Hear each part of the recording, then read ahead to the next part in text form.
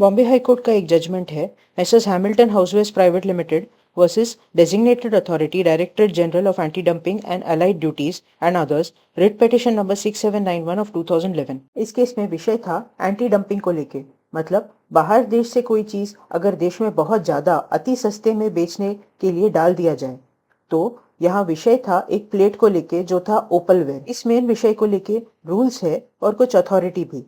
इस अथॉरिटी के पद में एक बदलाव हुआ कि पहले एडिशनल सेक्रेटरी की जगह जॉइंट सेक्रेटरी को अथॉरिटी बनाया गया।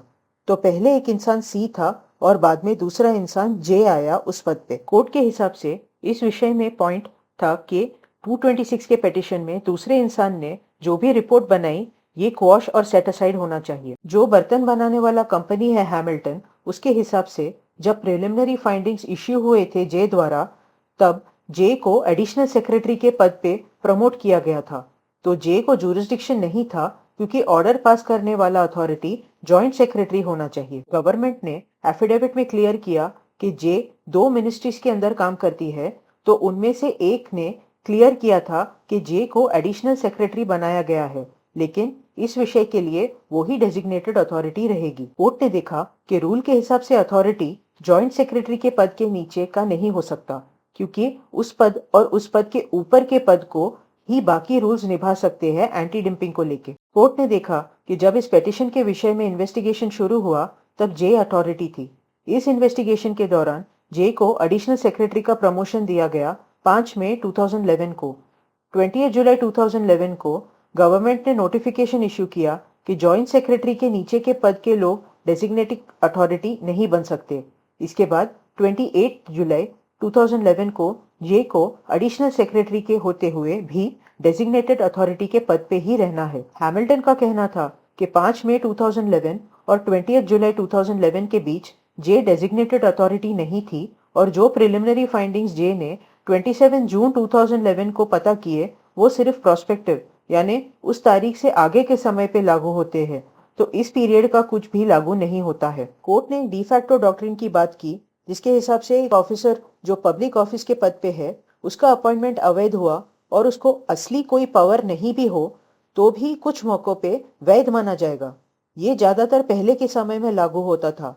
इसका मतलब ये नहीं है कि वो ऑफिसर यूसर पर यानी अयोग्य है। इस डिफैक्टो डॉक्ट्रिन में एक और प्रिंसिपल है, अगर एक जज का अपॉइंटमेंट डिफेक्टिव हो तो ये विषय उस केस में उठ सकता है जहां वो जज खुद एक पार्टी हो। उस केस में नहीं उठ सकता जहां वो जज का काम करता है दो प्राइवेट पार्टीज के डिस्प्यूट में। तो डिफैक्टो डॉक्ट्रिन के लिए दो विषय होने चाहिए, एक पद पर बैठना और उस पद के कर्तव्यों को निभाना, और दूसरा उस पद पे अधिकार और पब्लिक के हित में होने की मान्यता। ये डॉक्ट्रिन एक ऑफिसर द्वारा निभाए गए कर्तव्यों को रक्षा देता है जिसका अपॉइंटमेंट डिफेक्टिव निकले। कोर्ट ने कई सारे जजमेंट्स देखे इस डॉक्ट्रिन के बारे में। इस केस में ये क्लियर नहीं है कि किसने इस डॉक्ट्रिन का विषय उठाया। इस केस में हैमिल्टन ने मैंडेमस मांगा था कि रिस्पोंडेंट्स प्रिलिमिनरी फाइंडिंग्स के मैटर में आगे न बढ़े। कोर्ट को लगा कि यह पिटीशन हैमिल्टन और गवर्नमेंट के बीच के ही नहीं है, बल्कि हैमिल्टन जो एक इंपोर्टर है बर्तन का और भारत के लोकल मैन्युफैक्चरर्स के बीच है जो बर्तन यहाँ ही बनाते हैं, जिनको इस डंपिंग से बचना है। कोर्ट का कहना था कि जे ने अपने अधिकार पब्लिक के हित में निभाया है और अथॉरिटी रहते निभाया है।